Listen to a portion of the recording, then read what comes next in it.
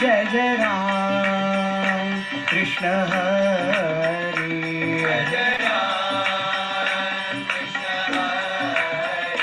जय राम कृष्ण हरि जय जय राम कृष्ण हरि जय जय राम कृष्ण हरि जय जय राम जय जय राम कृष्ण हरि जय जय राम जय जय राम कृष्ण हरि जय जय राम जय जय राम कृष्ण हरि जय जय राम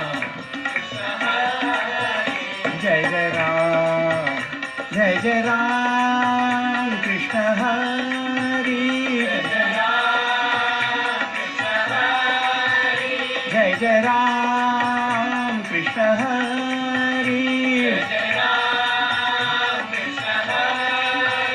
जय जय राम कृष्ण हरि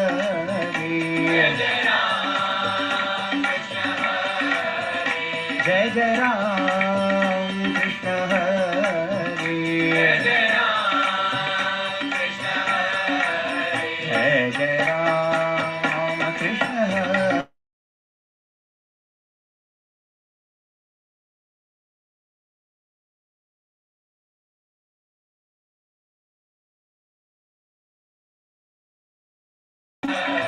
जय जय राम जय जय राम जय जय राम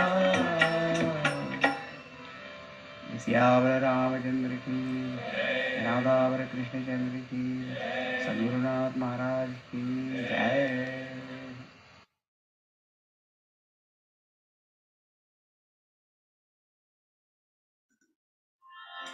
ओम नमो नारायण ओम नमो नारायण ओम नमो नारायण ओम नमो नारायण ओम नमो नारायण ओम नमो नारायण ओम नमो नारायण ओम नमो नारायण केशव हरि केशव हरि केशव हरि केशव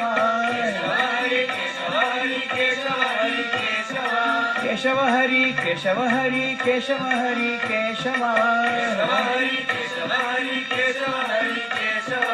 ओम नमो नारायण ओम नमो नारायण ओम नमो नारायण ओम नमो नारायण ओम नमो नारायण ओम नमो नारायण ओम नमो नारायण ओम नमो नारायण माधव हरि माधव हरि माधव हरि माधव माधव हरि माधव हरि माधव हरि माधव माधव हरि माधव हरि माधव हरि माधव माधव हरि माधव हरि माधव हरि माधव ओम नमो नारायण ओम नमो नारायण ओम नमो नारायण ओम नमो नारायण गोविंद हरि गोविंद हरि गोविंद हरि गोविंद गोविंद हरि गोविंद हरि गोविंद हरि गोविंद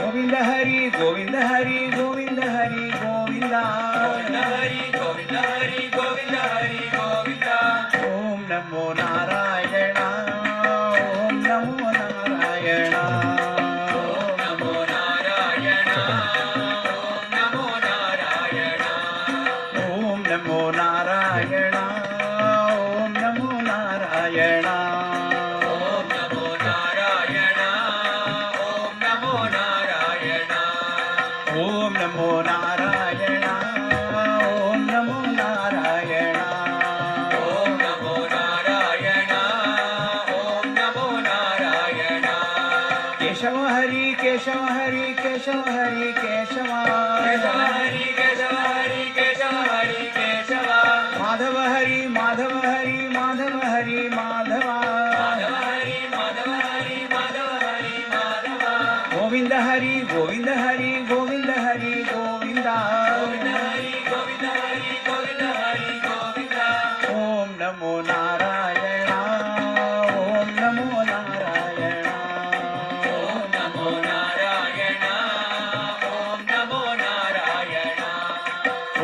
नमो नारायण ॐ नमो नारायण ॐ नमो नारायण ॐ नमो नारायण ॐ नमो नारायण ॐ नमो नारायण ॐ नमो नारायण ॐ नमो नारायण ॐ नमो नारायण ॐ नमो नारायण।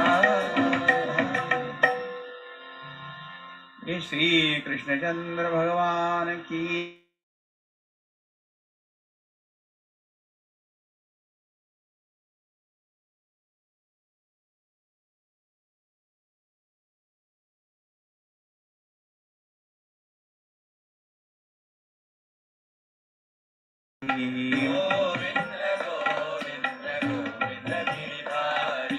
गोविंद गोविंद गोविंद गिरिधारी गोविंद गोविंद गोविंद गिरिधारी गोविंद गिरिधारी गोवर्धन गिरिधारी गोविंद गिरिधारी गोवर्धन गिरिधारी गोविंद गिरिधारी गोवर्धन गिरिधारी गोविंद गिरिधारी गोवर्धन गिरिधारी गोविंद गोविंद गोविंद गिरिधारी गोविंद गोविंद गोविंद गिरिधारी गोविंद गिरिधारी गोवर्धन गिरिधारी गोविंद गिरिधारी गोवर्धन गिरिधारी श्याम सुंदर मदन मोहन वृंदावन बिहारी श्याम सुंदर मदन मोहन वृंदावन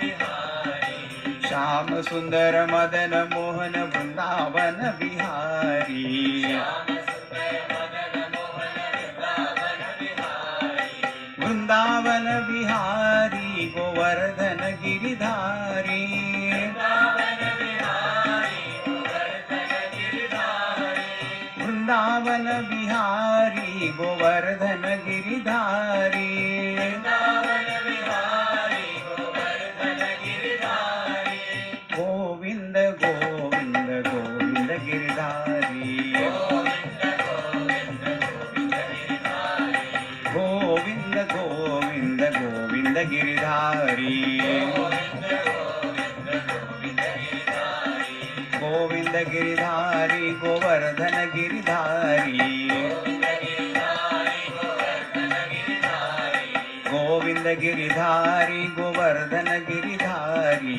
गोविंद गिरिधारी गोवर्धन गिरिधारी श्याम सुंदर मदन मोहन वृंदावन बिहारी श्याम सुंदर मदन मोहन वृंदावन बिहारी वृंदावन बिहारी गोवर्धन गिरिधारी वृंदावन बिहारी गोवर्धन गिरिधारी गोविंद गोविंद गोविंद गिरिधारी गोविंद गोविंद गोविंद गिरिधारी गोविंद गिरिधारी गोविंद गिरिधारी जय वृंदावन बिहारी लाल की जय। श्री सद्गुरुनाथ महाराज की जय।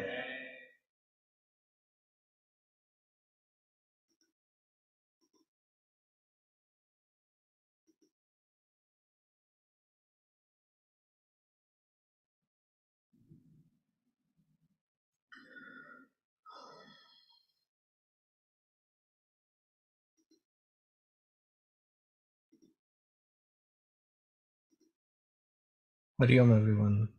Can you all see me and hear me clearly? Awesome.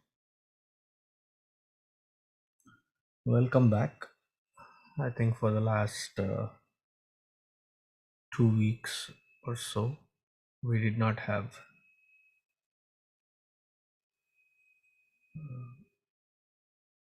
this particular class or any other satsangs that I have been involved in. So this is the first week that I'll be trying if I can conduct, and that will decide if I'll be able to conduct the other satsangs based on today's experience. So today we will be continuing with the ātmabodha class with the 63rd, 64th and 65th shloka. So if we continue next week, ātmabodha will come to an end by next week. You are not able to hear me? Okay. My parameters say that it should be good. Mike says it is good. So you can hear me now? Okay. Thank you. So this will decide that next week will be our last one for ātmabodha. So let's hope I am able to conduct it. So let us begin without much ado, because we have one more shloka to cover than the usual. So we need all the time that we have. So we'll begin with the invocation, and then Brahmachari Hari Chaitanya will lead us with the opening shloka, and then the 63rd, 64th and the 65th shloka. And then Brahmacharini Divya will give her input, and then Hari will give his, then I will sum it up for all of us. So let us begin with the invocation.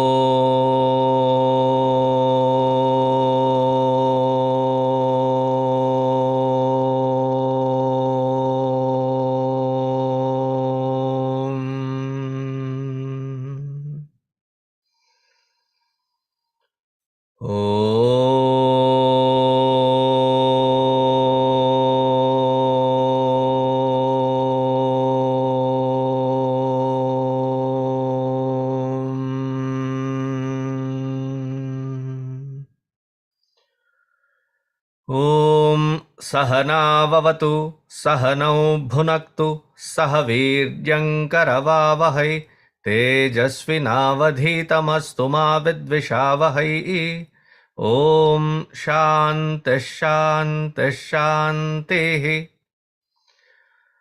गुरुर्ब्रह्मा गुरुर्विष्णुः गुरुर्देवो महेश्वरः गुरुरेव परं ब्रह्म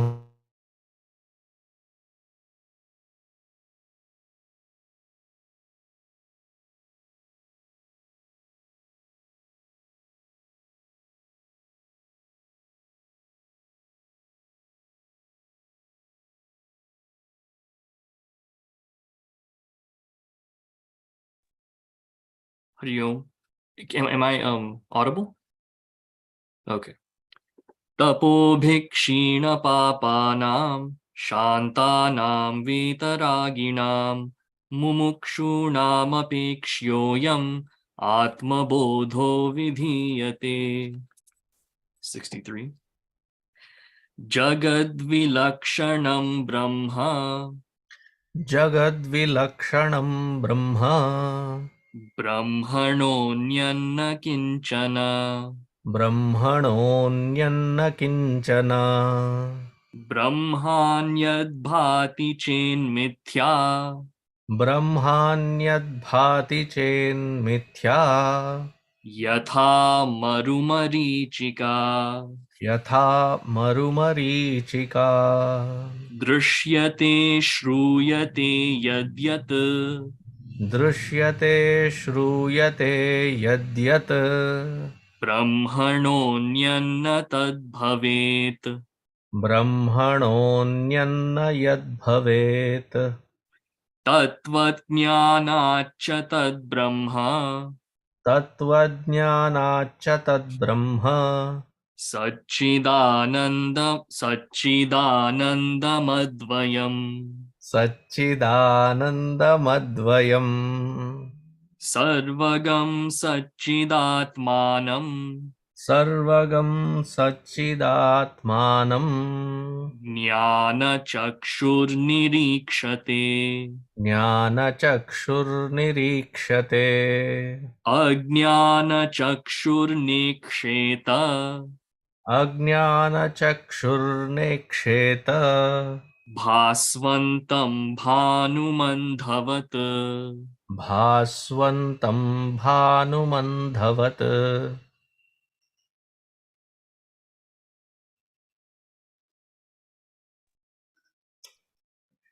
Hari Om. Can you hear me well? Okay. My system has been freezing every now and then, so if something were to happen, I apologize, and we'll see what happens. So with the previous verse, we had seen the example of an iron ball is other than the fire, and we saw that relationship and the influence between the qualities of the fire and qualities of the iron ball.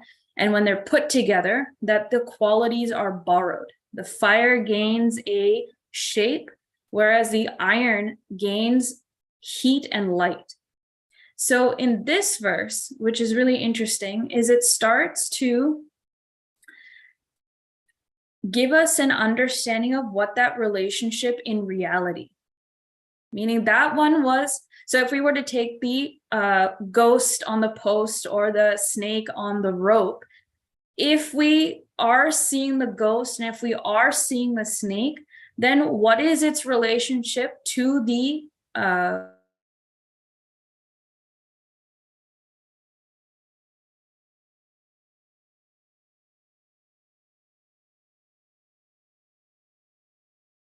push that to the next level and come to negate the ghost and the post altogether.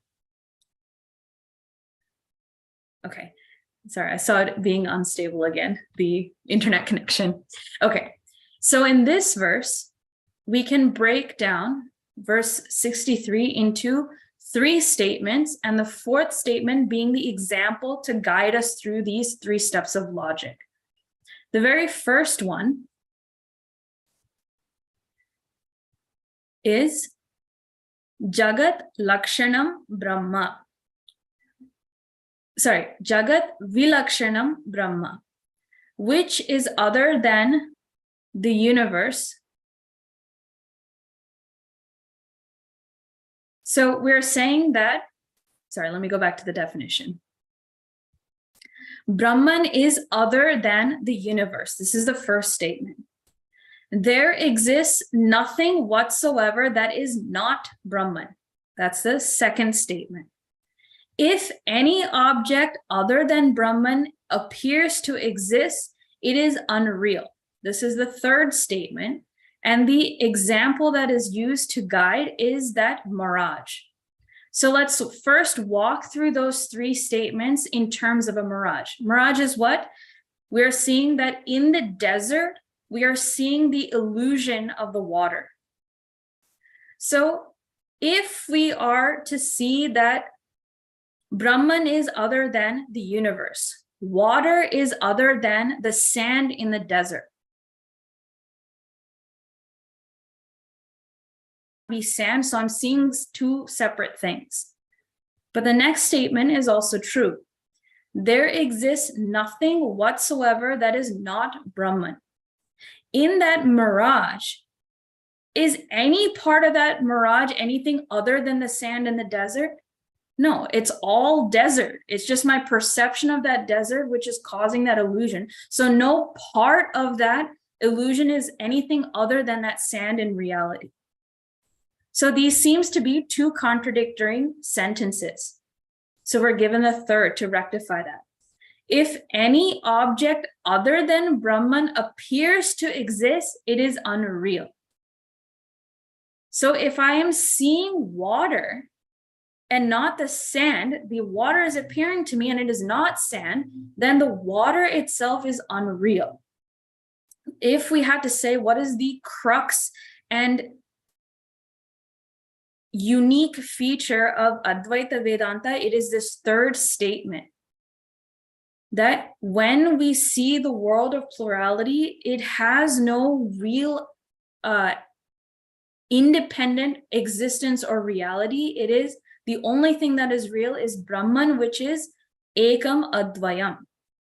And so this logic is laid out in this verse. So now let's use that analogy to come back to this, saying that Brahman is other than the universe. When we look at the universe, we see all names and forms, limitations and separations. That defines samsara, which is not the definition of Brahman. So in that first sentence, Brahman is other than the universe makes sense. But to rectify that, the second statement is required. There existed nothing whatsoever that is not Brahman. So we go through any of the analysis of the koshas that the Sat aspect lends the existence principle to all of the things that we see. The consciousness principle is that which illumines all that is within this world. And Ananda is the experience that we are all looking for, that unconditioned experience, which is that nature of that self. It is in and through everything. So there exists nothing whatsoever that is not Brahman. But in order to rectify the differences we see between the nature of Brahman and the nature of samsara comes in that third one. If any other object other than Brahman appears to exist, it is unreal.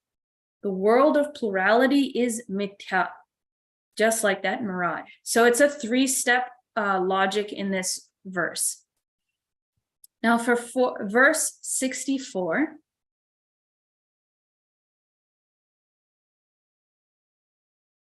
means all that is perceived or heard is Brahman and nothing else. Gaining the knowledge of reality, one sees the universe as non-dual Brahman, which is existence, consciousness, and bliss absolute. So here, when we say dṛśyate, that which is perceived, see or perceive through the sense organs cannot be anything other than Brahman, because the substratum itself that we're looking at is Brahman, but we are just seeing the names and forms because of the organ in which we are perceiving it. So that sadhana is to transcend the mind and have a subjective experience of that Brahman. That is that ultimate state after nididhyasanam, the result of nididhyasanam. And Gurudev explains that that subjective experience is recognizing that when one sees the dream, recognizing it is nothing other than the waking state mind. So seeing that reality, seeing that if I don't see that reality and I see something else, it is barring its existence because of that real substratum. In that commentary it's given, consciousness does not, if consciousness does not give life to that prana in us, then we won't be alive. So it's that lending its sustenance to it. So that's the relationship we see between the two. And Gurudev had a really strong statement in this. Only when we wake up to that higher knowledge, tattva reality, can happen when we give up the stupidity of the ego and wake up to that higher consciousness. That we need to transcend the limitations and its seeking and recognizing the world of names and forms to experience that existence, knowledge, bliss in its true sense without any sorts of conditionings. Verse 65 then backtracks, I wouldn't say backtracks, but gives us a warning that when we are not perceiving all of this, then true realization hasn't happened. So in the commentary, it's given that When the sun is shining all by itself, there's no hindrances, a blind man still cannot see that sun. Is it the fault of the sun that it's not being seen? No, it's the problem with the eyes. So from this example, what that means is that our identification with our ego and our sense, all the layers, the intellect, the mind, and the body, being so identified with it, is that very blindness that I have become attached to. So my faculty of perception is blocking me. And because of that identification, I have not developed that discrimination power to reject which is unreal and recognize what is real. The mind has not become concentrated or pure. The mind has not reveled in the light of knowledge. The mind hasn't done sufficient penance to acquire that single pointed devotion and continues to superimpose the finite qualities of the outer world onto the self. So I don't recognize the self as is. So verse 65 is saying that, is related to 64, saying if we do not recognize Brahman as the reality, as our own subjective experience, it is because we are still identified with our limitations and causing our own blindness. So that statement that though Atman is of the nature of pure consciousness and ever present everywhere, yet it cannot be perceived without the eye of wisdom. And it is just like the blind who cannot see the splendid sun, so too, whose vision is obscured by ignorance, do not see the self. So that's all I have, Swamiji.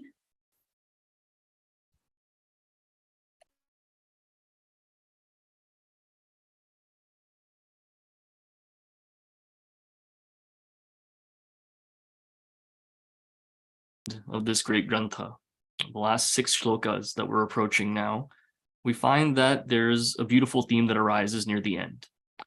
What we find here is, by this point, that on that way to mukti, on that journey that we're taking towards liberation, there are certain hangups that we have that must come to an end. For example, if it's loka anuvartanam, that chasing after what it looks like to look good for other people, to sound good to other people, to have certain objects, this has to come to an end. Vairagya has to be high enough for this loka anuvartanam, blindly following the ways of the popular world, that must end in this quest. Then deha anuvartanam, this blind following of this body, pampering my body, pampering the mind and intellect as well, all 3 bodies are what's meant here, that must come to an end as well. But whether it's on the journey, whether it's even after this knowledge is realized, perception of the world is something that will never go. Realization is not that state where people can say that there's no perception of the world, they don't see things like other people. That's not true. The same world that you and I see, they see as well. There's an inner understanding, an intellectual understanding, anubhuti, that subjective experience, that's the difference. It's not that the world is any different for that person. So then what do we find here in the first shloka? Brahma jagadvilakṣaṇaṃ, that Brahman is other than the world.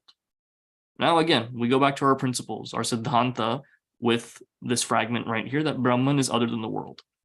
There is only one, Advayam. As we see in the next shloka, there is only one Advayam. Therefore,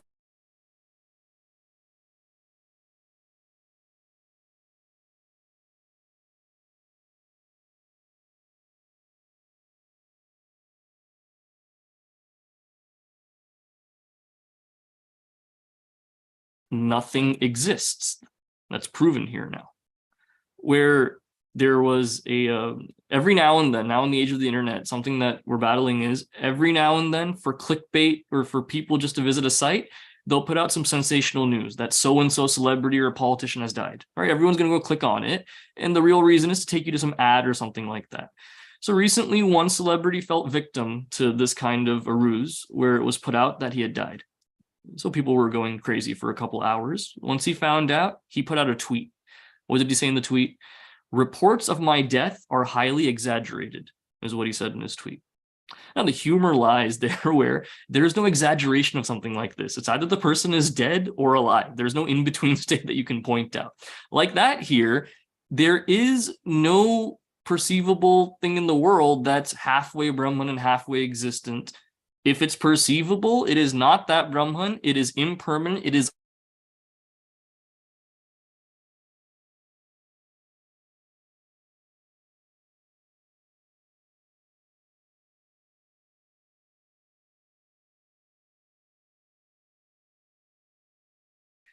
unreal. And what is this beautiful example given? Classic example by Bhagavan Shri Adi Śaṅkarācarya ji, yathā marumarīcikā, like the mirage. And why is this such a beautiful example? The mirage is what arises out of my own delusion when, like Swamiji's background right now, that beautiful beach, right? If I'm in a desert and I'm walking, that's what I will see, way far out there. The level of my thirst determines how beautiful that mirage is. If I am dying of thirst and I feel like I can not take one more step, what I see out there is the most beautiful thing. And it will be tailor-made to me also. You know, you may all see a beautiful water mirage. I'll see a nice Gatorade mirage or a Dr. Pepper mirage, you know, based on what I want to see, what I want at that moment. That's how it will appear, because that's how the world appears to me as well. Based on the level of my thirst is how attractive the mirage is. Based on the desperation that I have to enjoy this finite happiness with the world around me, the more attractive this world will seem to me. And that's the issue that I run into. That's the catch-22 with Vairagya. That for Vairagya to really set in, I have to get beaten up and experience the world. But it seems like the more of the world I experience with this manda buddhi that I have, the more I fall for it, the more I'm attracted towards it. That's where Vedanta comes in to keep me from falling for that attraction of the world. Now, what do we see in the next shloka then? Seems like a paradox that's coming up. Yadyadbrahmaṇo'nyanna, that which is perceived, śrūyate, that which is heard, brahmaṇah anyat na tadbhavet, is Brahman and nothing else. What in the world is going on here now? Just in the previous shloka, we saw if anything is perceivable in this world, it is mithya, it is unreal. Here it's seen that anything that is dṛśyate, seen, anything śrūyate, heard, then that's Brahman and nothing else. How can this stand? Seems like two consecutive shlokas have contradictory fragments here, contradictory principles. But let's go on the journey of how far we've come here. What are the different principles we've seen so far? We've seen that Brahman is the only existent entity. That's one thing that we've seen. We've seen that it can't be perceived. The things that can be perceived are only this finite world. That Brahman cannot be perceived. So we look at it as Brahman is the cause then, this imperishable cause. This world has to be the effect of that. But then that Siddhanta was also broken several times in this very text, where we saw that to say that there is an effect, that effect must be something real. Like we would never say waves are different from water, because that ocean itself, at a certain period, it seems like it's real with the wave, but it's actually not. Here again, then, if there's no effect, really, this world is not really an effect, then how can we say Brahman is a cause? How can you call someone a father if they have no child? Same way, Brahman is not a cause, the world is not an effect. But here, what do we see? We see that that which is perceived, that which we can look at it anyway, that is nothing but Brahman itself. Now, the Upanishad explains this really well. Aksharat sambhavati ha vishvam, that from this imperishable comes the universe. So it is that marker that shows us there is a source that is permanent in all times. This world is a marker of that source. For example, detectives that try to look for a criminal, right? Something is stolen from somewhere. What do they find? They find that the stupid criminal has a footprint in the sand or the soil somewhere nearby. What do? Each kind of shoe then, different kind of shoes have different treads at the bottom of them, right? So they'll take a picture and look at what the grooves are, and then they go finding shoes of people nearby. They'll catch the culprit that way. That the crime scene doesn't have the person there. That marker there shows that there was something existent where something happened. Similarly then, what does Puja Gurudev say in another commentary? The finite is, in its own way, an expression of the vitality in the reality. The finite is, in its own way, an expression of the vitality in the reality. That if we are to say that there is nothing stopping this Brahman from giving rise to creation, even though this creation is unreal, what we can see from this creation is that there must be some permanent source that all of this has to arise from. Therefore, we can lump in the cause and effect together and say anything I perceive, that is that Brahman. Why?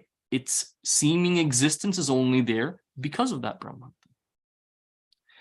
Tattvajñānāt, this only comes from the knowledge of the reality. To establish what this reality is, what the expressions of this reality is, whether it's in the jagat that it gives rise to, whether it's this deha it gives rise to in analyzing this, whether it's that ishvara it gives rise to in analyzing that, all of that has only one source, that supreme reality, tattvajñānāt. This is the only knowledge that tells me that. So I can come to the point of understanding it is Saccidānanda and Advaita. Now we approach this final shloka here. What's given? Again, different markers that we've seen several times already. Sarvagaṃ, present everywhere. Saccidātmānaṃ, Atman, which is pure existence and that pure consciousness. How is this ascertained? How is this realized though? Jñānacakṣurnirīkṣate. For those with the eye of wisdom, they can perceive this reality. So the question has to be, what is the eye of wisdom cultivated by? Is it that I must have a certain IQ? Is it that I have to be able to do logical gymnastics of tarka to figure out what is real, what is unreal? Intelligence is necessary. Looking at things objectively is necessary. Letting go of my biases is necessary. But most importantly, to have that reflective capacity, what I need most is that vairagya. Because I can be brilliant, I can be incisive, I can have a very subtle inner instrument. But if I don't put this reflection on this knowledge as my priority, there is no way that I can rise ever in the spiritual journey. So it seems as though looking through all the logic we've gone through so far in so many verses, it may seem that having that subtle intellect that's only ascertained by studying a lot and knowing as much as I can. But without that pushing away from this world that seems so real to me, without pushing that away and not seeing that as a priority, there is no way that this jñānacakshu can ever be cultivated. And we see the reason why. Ajñānacakshuhu na ikṣate bhasvantam. That even though this is so self-luminous, shining, lustrous, anything else pales in comparison to what this reality is, I still can't see it. Like for the blind person who cannot see the sun. Now, suppose someone is blind from birth, right? So they have no context of anything. Explain to them what the blue sky looks like Suchtrama's background. Explain to a blind person what the blue sky looks like. Describe it. You'll say, oh, it's like, when you see the ocean, you'll stop yourself there. Oh, this guy's never seen the ocean. You'll say, clouds, they're fluffy. Like, when you see a cotton ball, oh, you'll stop yourself there again. There is no context that exists to ever give them a parallel of something to think about to see it. No way at all. And for a blind person, then, the tragedy is they go through their whole life without ever getting that opportunity to ever see it. But when it comes to this example for us, that ignorance is what's keeping that lustrous, shining reality from being apparent to me, is that there is always a way out of this ignorance. It's said early on in Bhajra Govindam, when Bhagavan Sri Adi śaṅkarācarya ji laments at the student and calls him the word murdhamate. This mandabuddhi, this foolish intellect that you have, clouded intellect and ignorance. In that commentary, Pujya Gurudev says, murdhamate may seem like an insult. It's the greatest blessing that that seeker gets at that point. The greatest blessing that the seeker gets. Why? It's not an indictment, not a damnation saying that this is how you are, this is how you always will be, there's no hope for you. Murdhamate, simply by saying that, what he's saying is your intellect has been blocked, which means that veil of ignorance can always be lifted. There is always scope for understanding what this truth is. And that's what we see here. Though in the example, ignorance is something that's seemingly insurmountable, like a blind man who can never see. In this case here, though, through all the ways that are listed, all the different prakriyas of thinking, the sadhanas, all these different ways, done the right way, then this ignorance can be lifted. The blind man can see at the end of the day. So these three shlokas, they're very heavy in their import, and we did 3 of them today, but we can see that logic, the step-by-step process that's taking place. Or even in consecutive shlokas, we see one fragment saying that everything that is perceived is unreal other than Brahman. Very next shloka, we'll see that everything perceived is that Brahman. There's ways of explaining that for myself, reflecting, without seeing that as a paradox, without seeing an inconsistency in what Shruti is saying. And that's what requires a lot of that mananam then. That's all I have, Swamiji.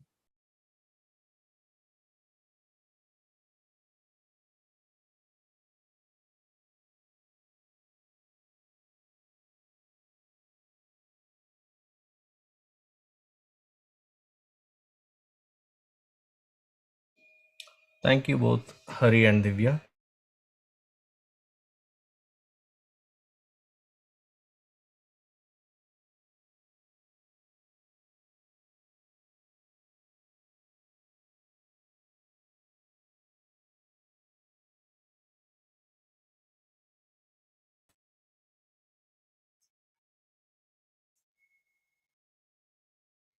You can't hear me? Okay. So we have here 3 shlokas, a new wave of thought that Bhagavan Adi Śaṅkarācarya ji is weaving us through. jagadvilakṣaṇaṃ brahma brahmaṇah anyat na kiṃcana. Brahma, see, let me first go through the first 2 statements made.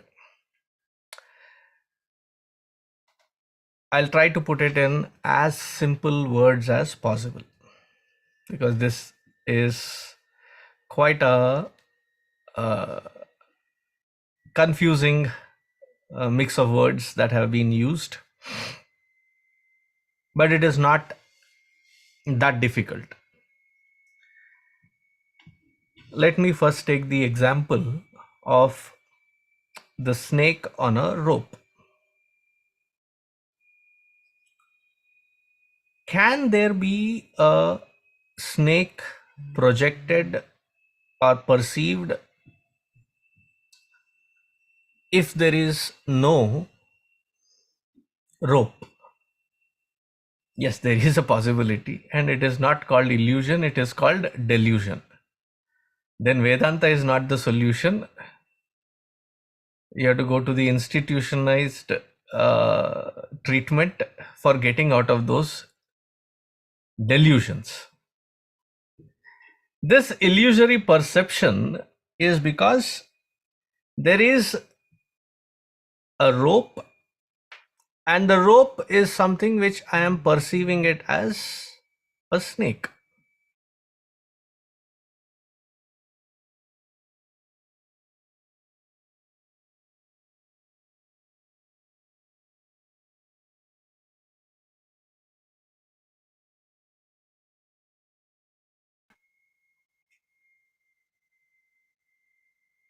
In actual reality, there is no snake, but I am experiencing it because of my projection. A projection on what? Projection on the rope. So the rope alone is being perceived by me as something other than the rope. For that perception to exist as something other than the rope must exist. On that rope, I am perceiving something else. Sometimes you might say, oh, this illusion is gone. What if we see something else as an illusion?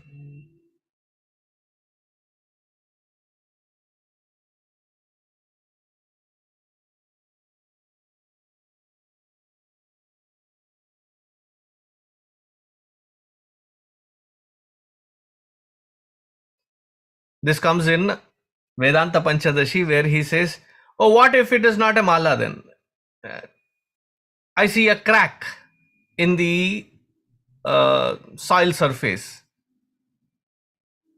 But for all of these, the rope alone is being perceived.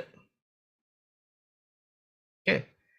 Jagadvilakṣaṇaṃ brahma. Brahman is something other than that Jagat. That Brahma Padartha is something other than the Jagat. Jagat is the projection on that Brahma Padartha. So what is Adhara and what is Adheya? The rope can exist independent of the snake. The snake as such cannot exist independent of the rope. Similarly, the Jagat cannot be perceived without this Brahman. So therefore the next sentence is Brahmaṇah anyat na kiṃcana. That this Jagatness can be perceived, this otherness can be perceived and experienced only because there is Brahman as the existential reality. On that I am projecting the worldness and experience that worldness, forgetting that all that which I am experiencing is just a projection alone. See, this whole example cannot satisfy itself if I take, say, 2-3 different examples. Say, supposing there is mala. Supposing there is glasses. They are two different distinct. They both have satta. They both have independent form of existence. So we are not talking about them both cancelling each other. It is that where there is one aspect of it is the reality. The other aspect of it is a projected reality which is being experienced. So what is being said here? Let me repeat that sentence again. Jagat vilakṣaṇaṃ brahma. In Brahman there is no Jagat. But the Jagat is being experienced only because it is being a projection on the substratum called Brahman. Brahmaṇah anyat na kiṃcana. Brahma marumarīcikā cenmithyā. Yathā marumarīcikā. That which is being experienced can be experienced as a Jagat, and it can be negated only because it is something of a projected reality. That is the satta, that is the truth of this reality called Jagat, which is being experienced only because it is a projected reality. Are these two steps clear? Then we go to the next one. dṛśyate, śrūyate, yadyat brahmaṇah anyat na tadbhavet. For somebody who has this understanding, where is the confusion? Confusion of this projected reality to be a fact. Swami ji, aap bhi kya baat karte ho? You say that the pot is not real. Yes, the pot is not real.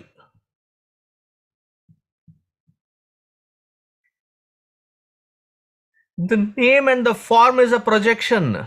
The existence that it is borrowing, which we end up calling it as a pot or a vase or a astra shastra, depending on what we are using it as. The name and the utility can change. But where is it drawing its satta from? Where is it drawing its reality from? It is that existential reality alone. Yat dṛśyate, yat śrūyate, that which can be seen, that which can be heard, that which can be tasted, that which can be, all of these experiences are possible only because the substratum is that Brahman.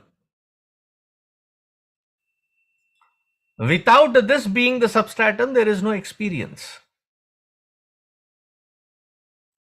So he says, tattvajñānācca tadbrahma. This understanding that everything that which I am experiencing is existentially Brahman.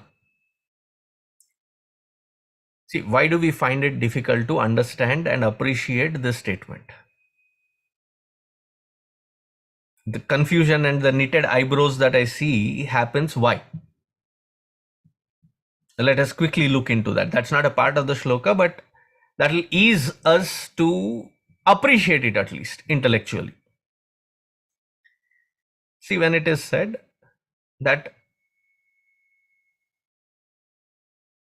live a dharmic life and perform every bit of your action as a karma yoga swabhava, with the attitude of karma yoga, perform every single action.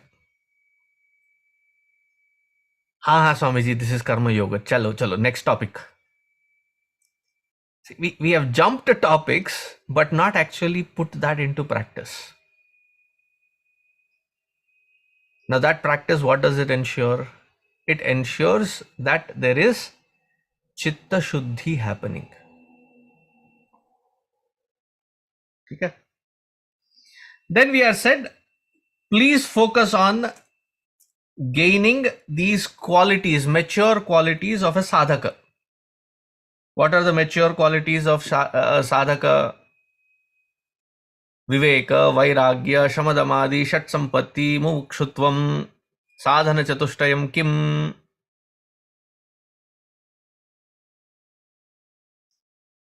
I am not that bad a person, Swamiji. मतलब क्या हुआ? I am not that good a person either.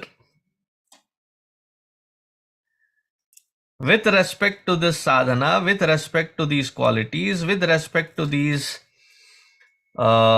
basic requirements, I am so, not completely here, not completely there. Have we focused on one aspect of it, practiced it, mastered it? That I am guided purely by Viveka alone. What is the proof of this pudding? That there is incessant vairagya. What do I mean that there is incessant vairagya? As life opens up various experiences,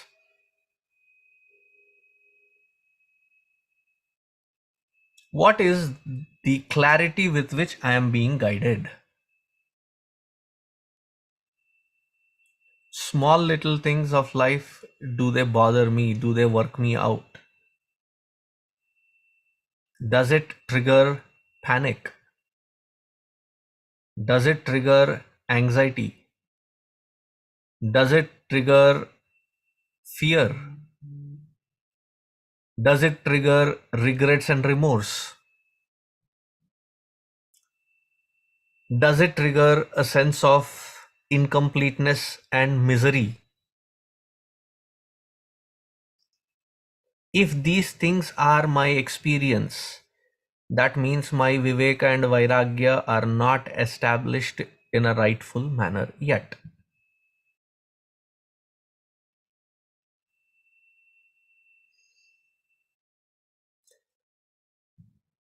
Shamadamadi Shat Sampatti. I don't have to go through that. Each one has to be tested out. Now, how should be the test done? The Nyaya that is taught is the Stamba when it is being fixed. Stamba meaning a pole when it is being fixed. You throw rocks, take a crowbar and jam it up, cement it. There's one test that has to be done. What is it? Hold that pole, shake it, and if it still shakes, भैया स्तंभ स्थिर नहीं हुआ. It can collapse and hit our head at any point of time. Or anybody's head, wherever direction, whichever direction it may fall in. It's a liability. So you have to shake it. And that keenness and sincerity, honesty with ourselves, to be constantly checking, constantly awareful, constantly working at it, without being saddened by it, without beating ourselves up, gosh, I've been trying and nothing happens. Don't beat yourself up. You're in a learner's phase. That's why I tell the parents, 18-year-old but never touched, never tried car driving, has a license. Why? It'll happen, Swamiji. It is not. See, if in a secure environment, if you are not able to learn it and perfect it, where there are thousands of pressures, you want to then sit in a car and automatically it will come. It will not. There has to be that abhyasa. Similarly, this abhyasa, you'll start in the parking lot. And in the parking lot, what happens? When driving, sometimes the hands get tied up. Why you're stiff. One hand is on this side, the other hand is on that side, and when you're turning and the hands go, and then the hands are blocking each other, and instead of turning, you go and climb a curb. Thank goodness it is an empty parking lot. You're experimenting. But without that experiment, without knowing, and sometimes we pedal too hard, it races up, and then we get scared, jam the brake, and it's not easy brake. It's like you're going at 40-50 miles an hour, you just raced up and suddenly jam it because you're scared, and then it shakes you up. You have to go through all of that. Just because one day you are not able to perfect it, nobody can perfect it in one day. That's why they say, if you want a long-lasting marriage, the husband should not be the one teaching the wife, or the wife should not be the one teaching the husband. वरना झगड़ा को कारणों ही से शुरू हो जाता है.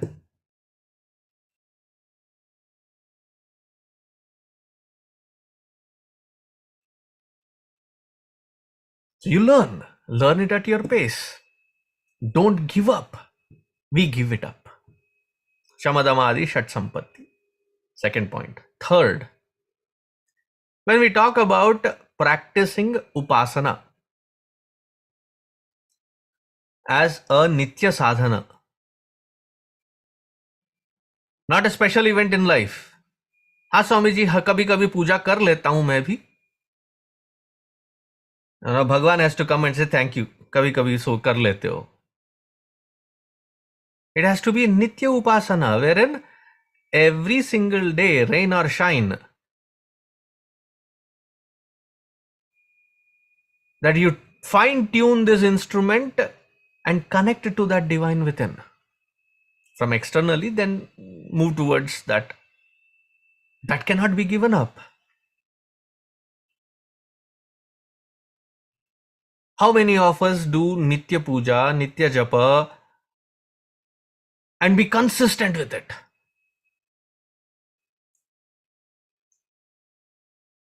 We are very mood people. मतलब mood swings बहुत होते रहते हैं ना. पता नहीं समझा, आज मूड नहीं बन रहा था, आज बहुत मैकेनिकल लग रहा था, मैं छोड़ दिया. खाना भी छोड़ दो, मैकेनिकल लग रहा है ना. नहीं, however mechanical, we keep feeding this. We don't give up on that. Sadhana, we give up. Upasana, we give up. See, any skill in that matter, supposing you want to learn a violin or a veena or a guitar, And because you pay through your nose, you know where it is hurting. Because every hour it is $120 he is squeezing out of you, the teacher is squeezing out of you. You make sure that after every class there has to be 4 hours of practice. Beta leke aao, beta practice karo, beta kiya ki nahi, beta. What nishtha, what nityatvam? The same nishtha is required here also. Now, what happens when all of this is put in perspective? When there is vairagya established, when the mind is fine-tuned, the mind has stability to shift that focus. The paradigm, when it has to shift, the mind is equipped for that shift. Otherwise, we keep listening to Siddhanta, the technicality of it, चस्का चढ़ जाता है. Swami ji meditation सिखाओ ना यार, Swami ji meditation सिखाओ ना. Meditation करोगे क्या वहां बैठ के? You need a mind which has been fine-tuned. वो तो किया नहीं. But it appears as though everybody is talking about meditation. Doctor is talking about meditation, your yoga instructor is talking about meditation, your school teacher is talking about meditation. It seems like an easy pill. और डाल लो सब कुछ ठीक हो जाएगा.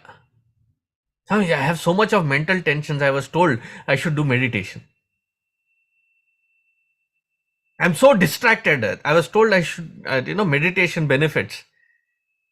So get to that mind to a stabler environment, and that stable mind has to be applied in meditation. ये तो उल्टी गंगा बहने की सोच रहे हो कि नहीं Swami ji, we are told that we'll get all that stability if meditate.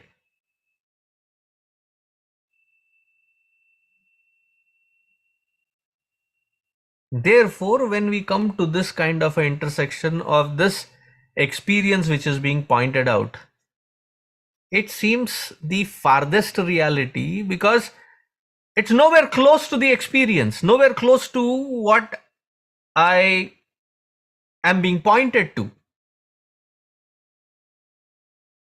It's not like Delhi बहुत दूर है. दिल्ली कहाँ है? दिल्ली क्या है?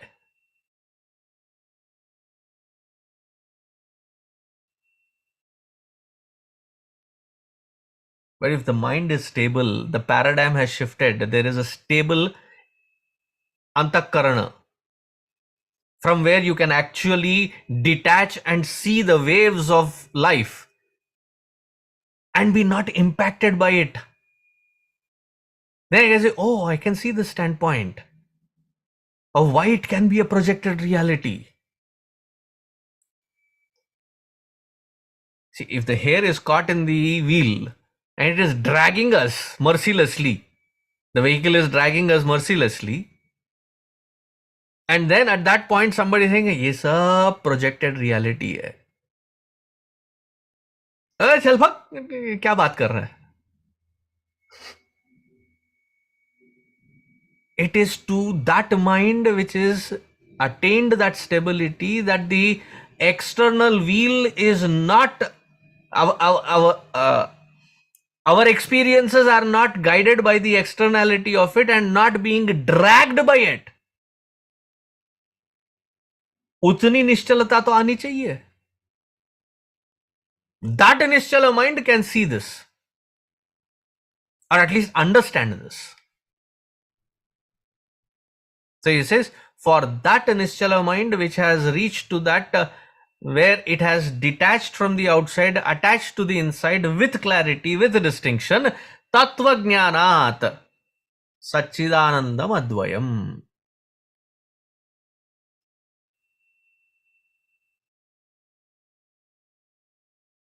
And it's not a false claim either. Though the confusion or the doubt that is there, which is there in the intellect, which is clarified with this jnana, the experience is not based on the buddhi, the experience is called svanubhuti.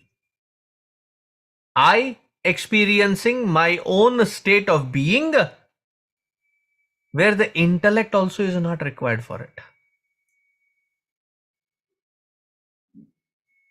Why the intellect understands? My limit is to understand that this intellect can function only with the presence of that which is Saccidananda. Therefore, he goes into the next one. He says, Sarvagaṃ saccidātmānaṃ. This is called jñānacakshu. For the realized one, they don't need to, does your Swamiji, does Gurudev, was he meditating 24/7? For those who have already had the experience, उनको तो meditation में बैठने की जरूरत नहीं है. Because it is not about the external world, it is not about the kriya. Once that svanubhuti has been established, the ajnana has been removed, there is no slipping away from it.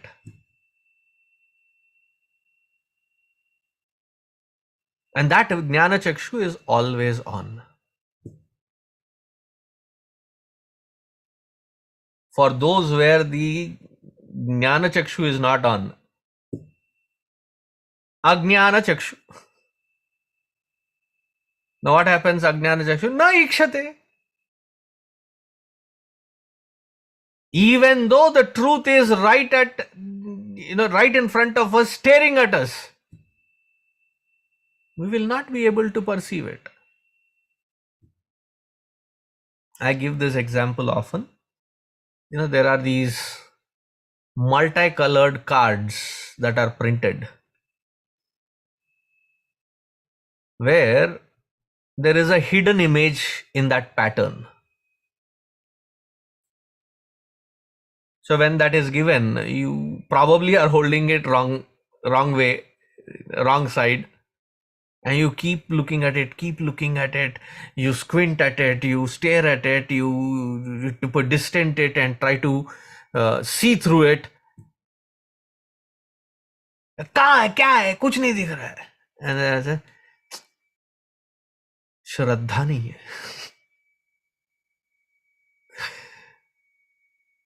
And then when you get the knack that it just stands out, and you are like, how was I not able to see this? And the most beautiful part of it is, once you see, there is no unseeing it. There is no buddhi nasha or mati brahma. It doesn't get clouded. That is called jnānacakshu.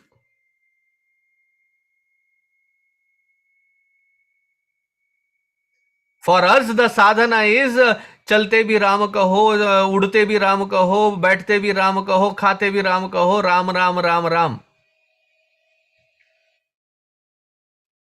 For them, the experience is चलते भी, उठते भी, बैठते भी.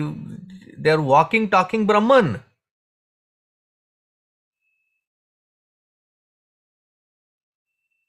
And for us, with the Ajnana Chakshu, what happens? We don't see Sarvagaṃ Saccidātmānaṃ. We see limitations all across us. Because where am I placed? I am established in ego, invested in ego. So what do I perceive everywhere else? Only ego.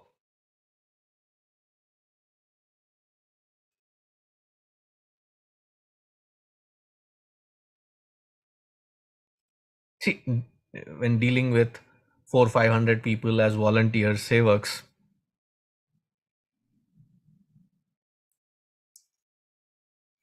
we can clearly, distinctly, though it is an organization where we have to work for getting out of this ego, that damn thing is the only thing that gets pricked always. जिसको धोने आए थे उसको निकालने का मौका मिल रहा है, and still what are we hanging on to? That very damn thing which will keep us damned. That's why I'm using the word damn, because it blocks us.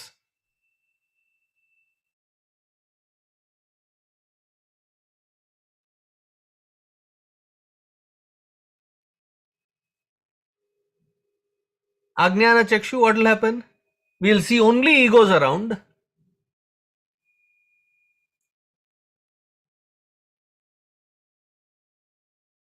And even the words of Guru will be appearing as a hindrance. Ajnana-chakshu.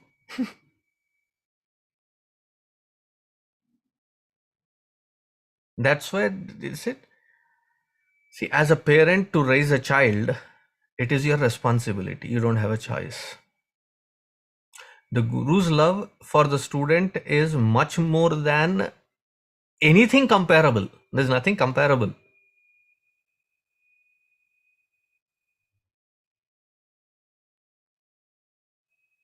Guru Govind dono khade, we know that doha. In that doha, he says, Guru is way higher than even Bhagavan himself. Why Bhagavan has left us in the samsara, Guru is the one who is taking us away from that samsara.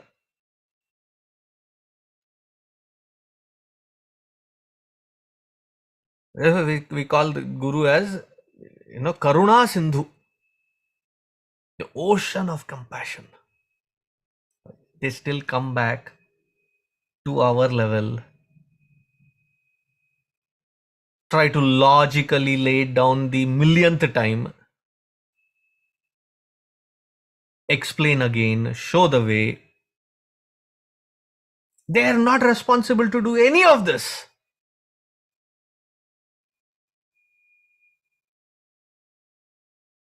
And that is called Ishvara Krupa, Guru Krupa, Shastra Krupa in our lives. Ajnana timirandhasya jnananjana shalakaya chakshurun militam yena tasmai shri gurave namaha. That we are guided again and again back to the... See, sadhana cannot begin suddenly in the middle of nowhere. It has to begin exactly where we are. Karma, bhakti, upasana, and qualifying the mind with viveka, vairagya, shamadamadi, shat sampatti, there is no moving forward. We used to have that flow chart where they say, if this doesn't happen, go back to this step and start from there again. Can you recognize the pattern? Can you recognize where we are? There is no shame in identifying where we are and starting from there. And it is not a comparison about who is where, how many years. Akla chalo re. It is my sadhana, my effort, and it is my individual journey. Ekla means going alone, always. Chare veti, chare veti, chare veti. I'll stop here. I've taken 4 minutes extra. So let's see. Next week, we'll go through the other 3 shlokas and we'll come to the conclusion of this. ātmabodha. Brahmacharis will explain it and I will conclude it next week. Om Shanti Shanti Shanti Harihi Om Shri Gurubhyo Namaha Harihi Om. Take care. See you again in the next satsang.